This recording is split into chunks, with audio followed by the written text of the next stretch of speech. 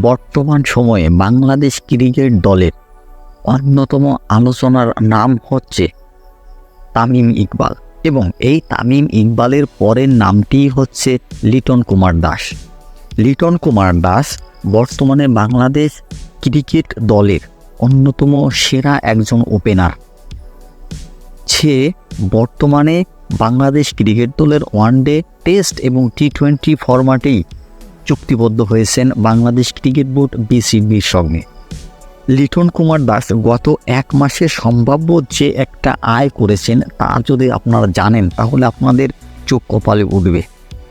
এখানে Liton Kumar Das 3 ফরম্যাটই test, ODI এবং টি-20 এছাড়া বিসিবির ভাতা জড়িয়ে বেশ কিছু যে একটা অ্যামাউন্ট পেয়ে থাকেন সেটা যদি বলা হয়ে থাকে তাহলে সেটা প্রায় 40 থেকে 45 লাখ টাকার মতো হবে। গত এক মাসে সে ইনকাম করেছে।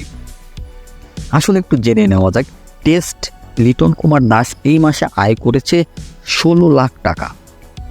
ওডিআইতে যে লিটন রান করতে পারেনি এবং সেই লিটনেরই আয় হয়েছে 8 লাখ টাকা।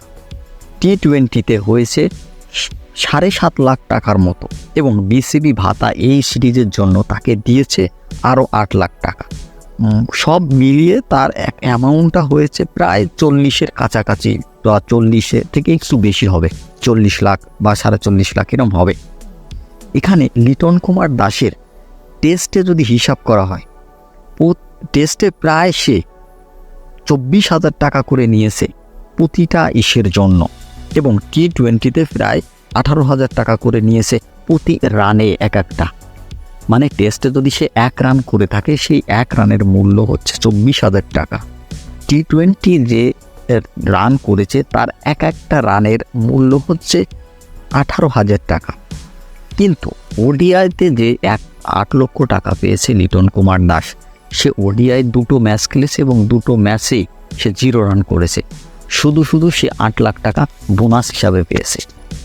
এদিকে বাংলাদেশ দলের অধিনায়ক নাজমুল হাসান শান্ত গত এক মাসে 8টি ম্যাচ খেলেছে এবং এই 8 মাসে তার সম্ভাব্য আয় হচ্ছে 44,40,000 টাকা। টেস্টে তিনি করেছেন যে রান সে হিসাবে সে মোটামুটি ভালো পারফর্ম দিয়েছে, ওডিআইতেও ভালো করেছে এবং টি-20তেও ভালো করেছে। সে টেস্ট ম্যাচে পেয়েছে 16 লাখ টাকা, ওডিআইতে নিয়েছে 12 লক্ষ টাকা, টি-20তে নিয়েছে 7.5 লক্ষ টাকা এবং বিসিবির যে ভাতা তিনি পেয়েছেন প্রায় 9 লক্ষ টাকার মতো। এ থেকেই বোঝা যায় যে লিটন কুমার দাস কতটা পারফর্ম না করেও কিভাবে এত টাকা নিয়েছে। মানে ফর্ম আছে, টাকা নাই, কিন্তু টাকা আছে, ফর্ম নাই।